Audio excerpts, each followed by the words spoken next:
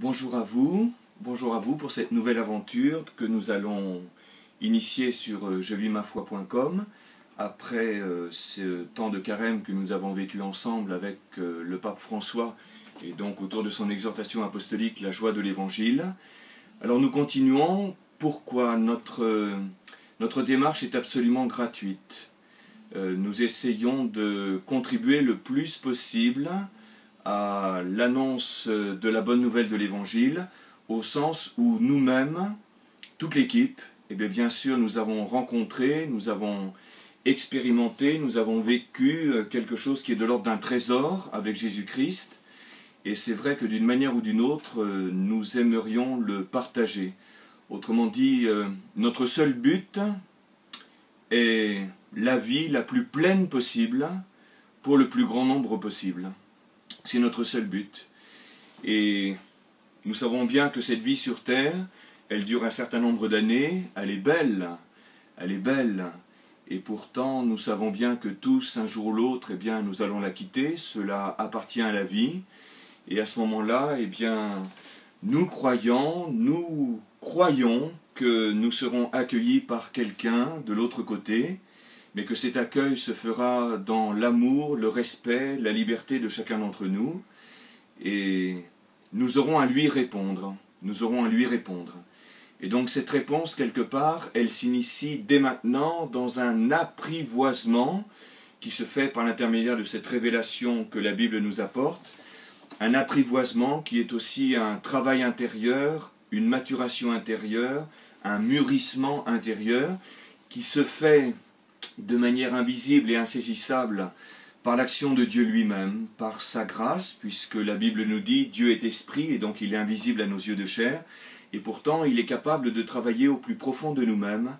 Et là, en fait, on fait appel vraiment à ce que nous pouvons chacun vivre, encore une fois, au plus profond de nous, c'est-à-dire que nous sommes tous capables de reconnaître la vérité la plus profonde, le chemin de la vie, ce qui nous apporte joie, paix, bonheur, ce qui nous attriste, nous trouble, nous déstabilise. Voilà, nous avons tous ces critères et si nous initions cette aventure, c'est pour essayer de contribuer le plus largement possible, à ce que nous puissions tous accueillir le plus pleinement possible ce qui est le trésor de la vie, le bonheur le plus profond, une vie en plénitude. Et c'est vrai qu'au début de cette aventure, nous pouvons penser au pape Jean-Paul II, qui a été vraiment un exemple de vie. Il n'a pas eu peur de vivre.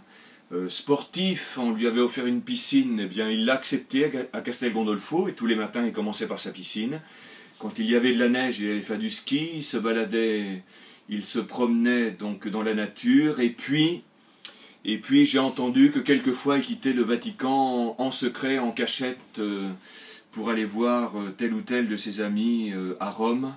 Donc un pape qui aimait la vie, un pape qui était simple, c'est sur ces traces que nous aimerions marcher pour contribuer à ce que le plus grand nombre possible puisse découvrir cette plénitude de vie qui nous est offerte en Jésus-Christ. Alors la Bible, en quelques mots, c'est un ouvrage qui a été traduit en 2100 langues et 60 millions de Bibles sont imprimées chaque année.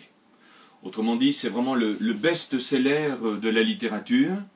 Et on peut se dire que si tant de personnes ont le désir de lire la Bible, si tant de personnes vivent avec la Bible tout au long de leur existence, c'est qu'il y a quelque chose qui se cache dans ce phénomène. Et ce quelque chose est de l'ordre du bien-être, d'un bonheur, puisque nous ne sommes pas masochistes, nous cherchons la plénitude, nous cherchons la joie, nous cherchons la paix, nous cherchons à être bien. C'est ce trésor qui se cache derrière cette Bible, d'où son intérêt et d'où son succès mondial. Donc nous avons dans les mains un trésor, ce serait dommage de ne pas en profiter.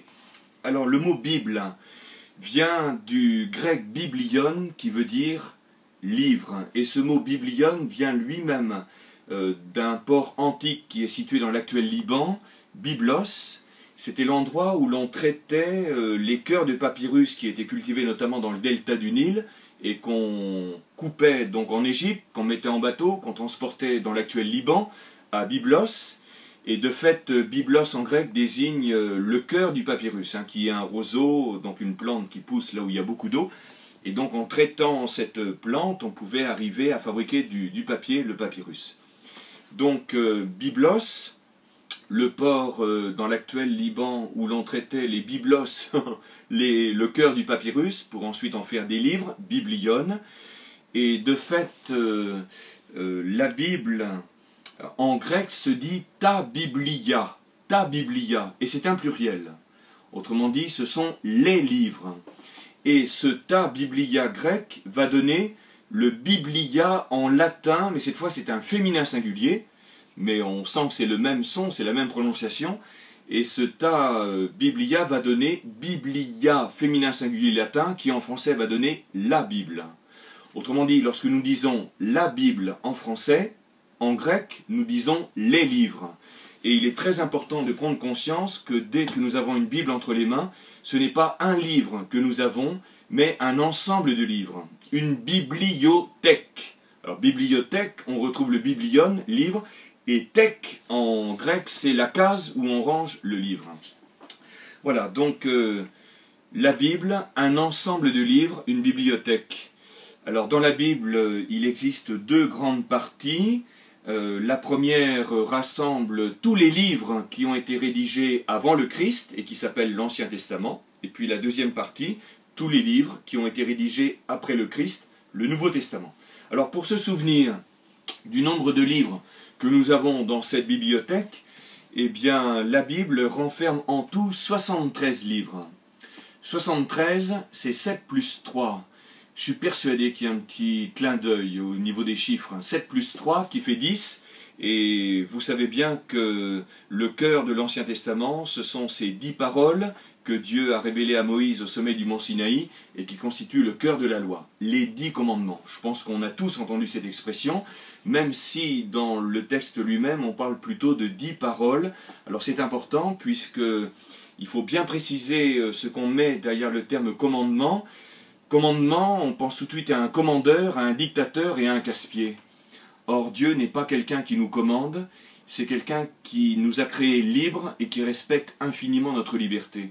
Autrement dit, il se propose à notre vie comme celui qui désire avant nous son plein accomplissement. Et bien sûr, puisqu'il se propose, il va nous adresser la parole, encore une fois, dans l'infini respect de notre liberté. Mais si on gardait le mot commandement, eh bien, il faudrait se souvenir de ce que Dieu dit à Adam et Ève au tout début de la Bible, dès qu'il les a créés et placés dans le jardin d'Éden. Il leur dit, eh bien, il crée toutes sortes d'arbres. Il crée toutes sortes d'arbres avec qui sont beaux à voir, avec des fruits qui sont bons à manger. Et Dieu fit à l'homme ce commandement. Tu peux manger à satiété de tous les arbres du jardin.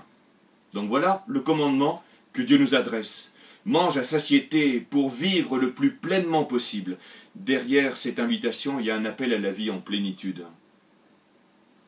Quand Dieu nous commande quelque chose, avant tout c'est vis, s'il te plaît, vis le plus à fond possible. Garde tout ce qui est bon pour la vie. Rejette tout ce qui tue la vie. Garde ce qui te fait du bien. Rejette ce qui te rend triste ou malheureux. Voilà, c'est un discernement à faire petit à petit. Et de même, Jésus, dans l'Évangile selon saint Jean, au chapitre 12, il emploie lui aussi ce vocabulaire du commandement. Et voilà ce qu'il dit. Le Père qui m'a envoyé m'a lui-même commandé ce que j'avais à dire et à faire connaître. Et je sais que son commandement est vie éternelle. Ainsi donc, ce que je dis, tel que le Père me l'a dit, je le dis. Et on voit que dans la bouche même de Jésus, le commandement, ce mot commandement, a le même sens, de vie. Son commandement est vie. Autrement dit, ce que Dieu nous commande, entre guillemets, c'est vie. Vie le plus à fond possible. Garde ce qui est bon pour la vie. Cultive ce qui est bon pour la vie. Sois vivant le plus à fond dans toutes les dimensions de ton être. Mais on sait très bien que cette vie est tellement difficile avec toutes les épreuves, les maladies, etc. Mais il n'empêche qu'au plus profond de nous-mêmes, Dieu veut que nous soyons bien. Que nous soyons bien, profondément bien. Et c'est cela qu'il est venu nous offrir par l'intermédiaire de cette révélation biblique. Voilà donc les 10 commandements, les 10 paroles, c'est un chiffre très important pour la Bible. Eh bien, cette bibliothèque contient 73 livres, 7 plus 3 égale 10, c'est facile à s'en souvenir. L'Ancien Testament lui-même contient 46 livres. 46 livres. 6 plus 4, 10. On retrouve les 10 paroles qui constituent un peu le cœur de cette loi de l'Ancienne Alliance qui est tout l'Ancien Testament. Et puis le Nouveau Testament contient 27 livres. Alors 27 c'est 3 fois 3 fois 3. Petit clin d'œil, on s'amuse. 3 c'est dans la Bible, Dieu en tant qu'il agit. Bien sûr le Christ qui ressuscite le 3e jour. Jonas qui est libéré du ventre du poisson le 3e jour, etc. Dieu c'est 3 c'est Dieu en tant qu'il agit. On peut dire que le Nouveau Testament, cette révélation qui nous a été apportée par le Christ, est vraiment l'œuvre de Dieu par excellence. L'écouter par l'intermédiaire de cette écriture, de ce livre, c'est ouvrir son cœur à Dieu qui, invisiblement, désire accomplir le meilleur en nous. Et encore une fois, ce meilleur qui est le fruit de son action, nous sommes tous capables de le reconnaître. Récapitulons la Bible, 73 livres, 46 livres pour l'Ancien Testament, 27 livres pour le Nouveau Testament. Et ces livres ont été écrits tout au long d'une histoire très concrète, celle du peuple d'Israël, avec notamment la figure d'Abraham. Alors nos Bibles nous donnent à la fin des tableaux chronologiques la date qui est communément attribuée à Abraham, c'est 1850 avant Jésus-Christ. Donc Abraham, cet homme que Dieu a pris l'initiative d'appeler, il s'est manifesté à lui. Seul Abraham pourrait nous décrire exactement ce qu'il a vécu, mais c'est une aventure de bénédiction, on le lira un peu plus tard, ce texte d'appel qui est magnifique. Et puis ensuite, Abraham va avoir des enfants, Isaac notamment, qui lui-même va avoir des enfants, Jacob notamment, qui lui-même va avoir des enfants, ce seront les 12 fils de Jacob, qui seront les 12 ancêtres qui donneront naissance aux 12 tribus d'Israël. Voilà, il y a toute une histoire d'un peuple particulier qui s'est mis en place autour de cette figure d'Abraham, et Dieu va se révéler à travers cette histoire. Donc Abraham, c'est 1850 avant Jésus-Christ. Ensuite, les fils de Jacob vont s'installer dans le delta du Nil suite à une sécheresse en Palestine. Le delta du Nil, c'est beaucoup d'eau, donc ils peuvent cultiver la terre, ils peuvent planter, avoir des récoltes. Et ils vont rester là plusieurs centaines d'années, jusqu'à Moïse, 1250 avant Jésus-Christ, avec le pharaon Ramsès II, que l'on connaît très bien par les fouilles archéologiques qui ont été faites en Égypte, puisqu'on a retrouvé son sarcophage. Eh bien, Moïse va conduire son peuple de l'Égypte jusqu'à l'actuelle Palestine, après une marche de 40 ans au désert. Ce sera une aventure de libération, puisque Ramsès II était un pharaon oppresseur, vraiment dictateur, avec beaucoup de souffrance pour le peuple d'Israël. Et ce sera donc le départ de la terre d'esclavage pour l'entrée dans une terre que l'on espère, la terre promise, que l'on espère une terre de liberté où ruisselle le lait et le miel. C'est toujours la quête du bonheur qui les conduisait. Eh bien, Moïse, 1250 avant Jésus-Christ, Moïse, serviteur de Dieu, là aussi, Dieu qui se révèle à Moïse dans un buisson qui semble brûler et pourtant il ne se consume pas. Donc c'est une lumière spirituelle qui se révèle à lui. Là aussi, nous étudierons ce texte plus tard, il est magnifique. Et puis, le peuple d'Israël va s'installer dans l'actuelle Palestine, et au départ, elle va se fédérer autour de ces 12 fils de Jacob, qui vont être les 12 ancêtres des 12 tribus d'Israël, et donc ce sera une structure un peu sur la base d'un ancien qui est la référence pour toute la tribu. C'est ce qu'on appelle la période des juges. Mais ensuite, ces 12 tribus vont se regrouper pour faire face à des ennemis communs. Et ce sera l'aventure du roi, entre guillemets, parce que c'est plutôt un général d'armée, du roi Saül, donc fédération des 12 tribus d'Israël pour combattre l'ennemi. Et puis, après Saül, viendra proprement le premier grand roi d'Israël, c'est le roi David, qui a régné grosso modo des années 1010 avant Jésus-Christ jusqu'à 970 avant Jésus-Christ. Et c'est ce roi David qui va commencer à mettre en place des structures d'État. C'est là où vraiment l'État d'Israël va commencer à naître. Mais c'est son fils Salomon qui va régner de 970 à 931, qui va vraiment mettre en place une structure d'État plus fine, avec, pour son époque, une école des fonctionnaires d'État, et donc tout ce qui va avec, ce qui veut dire que c'est surtout sous Salomon qu'on va commencer à mettre par écrit les traditions qui jusqu'à présent étaient orales, c'est-à-dire rapportées de bouche à oreille, notamment le soir autour du feu. Il n'y avait ni la télé, ni les journaux, ni tous les moyens que nous avons aujourd'hui. Et donc c'est sous le roi Salomon qu'on va commencer à mettre par écrit eh bien, les premières histoires du peuple d'Israël qui, je me répète, se racontaient de bouche à oreille, de père à fils, etc. etc. Donc la Bible, en tant qu'écriture, est née à peu près à cette époque. Et vous voyez, il y a tout de suite une constatation que l'on peut faire. Salomon, c'est 10e siècle avant Jésus-Christ. Abraham, c'est 1850 avant Jésus-Christ. Donc au moins 6, 7, 8 siècles d'écart entre les premiers textes écrits sur Abraham et Abraham lui-même.